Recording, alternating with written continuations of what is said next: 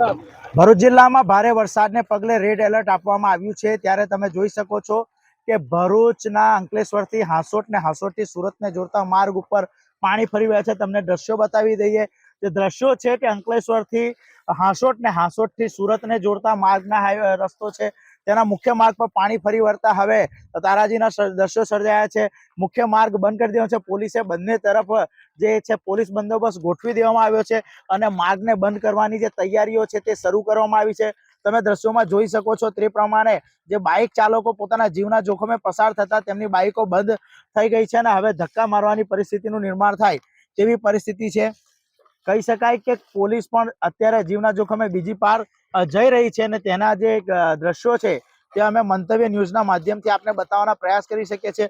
લોકો ચાલીને જવા મજબૂર છે, પરંતુ ક્યાંક ને ક્યાંક આજે વધુ વરસાદ પડતા અને ઉપરવાસમાં વધુ વરસાદ રહેતા આ જે દ્રશ્યો છે તે આમલા ખાડીના પાણી વહી જતા છે। આમલા ખાડીના પાણી જે બે કાંઠે વહી રહ્યા છે, જેને પગલે આ પરિસ્થિતિનું નિર્માણ થયું છે અને સતત આ બીજા વર્ષે જોઈ શકાય છે કે અંકલેશ્વર હાંસોટ રોડ પર પાણી ફરી રહ્યા છે। તમે જોઈ શકો છો કે પોલીસની જીપ પણ પાણીના પ્રવાહ વચ્ચે પસાર થઈ અને બંદોબસ્ત માટે જતા જે નજરે પડી રહ્યા છે। અને તાલુકા પોલીસ સ્ટેશનનો આજે પોલીસ કાફલો છે ત્યારે તે બંદોબસ્ત માટે જાય છે ને આવનાર જે રોડ છે, રોડ પર બંધ કરવાની તજવીજ હેઠળ એ લોકો હાથ ધરી